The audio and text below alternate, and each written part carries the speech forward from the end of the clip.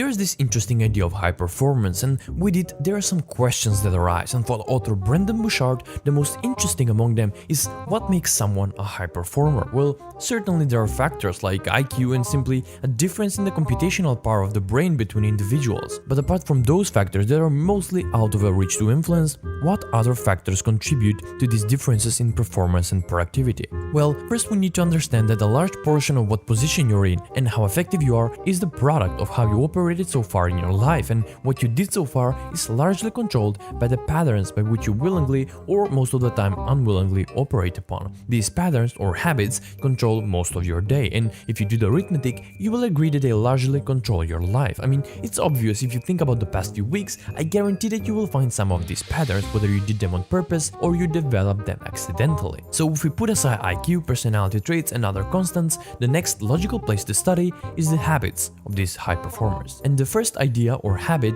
is to have clarity, a clearly defined and coherent purpose, some kind of goal, and also the steps needed to reach that particular goal. And really, that is not easy at all. I mean, it's difficult to have a clear picture in your mind of where you want to be, what kind of person you want to become, and what kind of relationships you want to forge. But it's one of the most rewarding habits you can develop, because if you clearly know what you wish for and you believe in it, then you are already halfway there. Ideas will start to pop up and obstacles start to vanish. And you probably associate CEOs with high mental fitness and not so much physical, and that is simply not the case. High performers and CEOs have high physical energy throughout the day. Also, even if you only want to be mentally sharp, as famed psychologist Jordan Peterson said, exercise is one of the best things you can do to prevent your IQ from decreasing as you age, because naturally it starts to decrease once you pass your mid-20s. So to counter this, make sure you exercise on a daily basis. Also, neuroscientists have also found that regular exercise increases the production of new neurons and synapses in the areas of the brain that are related to learning and memory. Exercise also improves mood and lowers cortisol, which in turn reduces stress, all of which adds up to a greatly enhanced performance. Third,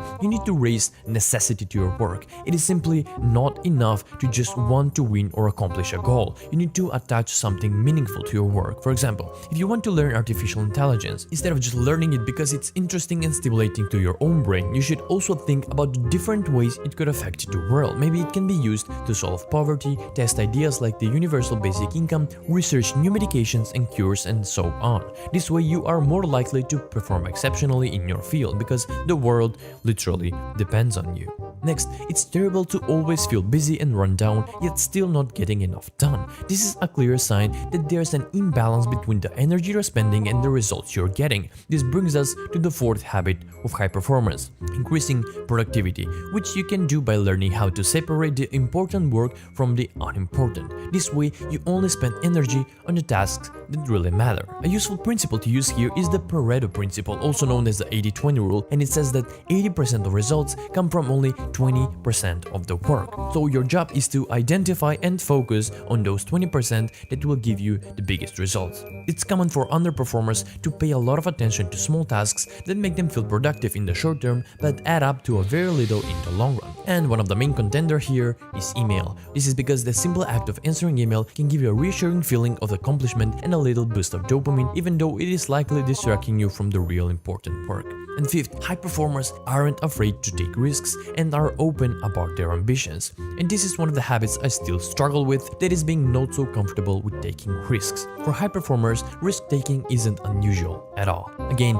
attitudes like this aren't inherent personality traits, they're characteristics that high-performing individuals have practiced over time. They recognize that taking bold actions involves a higher risk of failing, but they learn how to confront those fears and take action. Making a risky move is like any other skill, it gets easier the more you do it, so all you need to do is start taking those leaps. Most people will avoid this kind of fear, but being extraordinary and reaching your goals means learning how to face challenges. It's all about having the right perspective, and rather than complaining about life being difficult, you should see each new challenge as an opportunity to grow. If you enjoyed this video, please be sure to leave the video a like and of course subscribe to the channel. Thanks for watching, and I'll see you in the next one.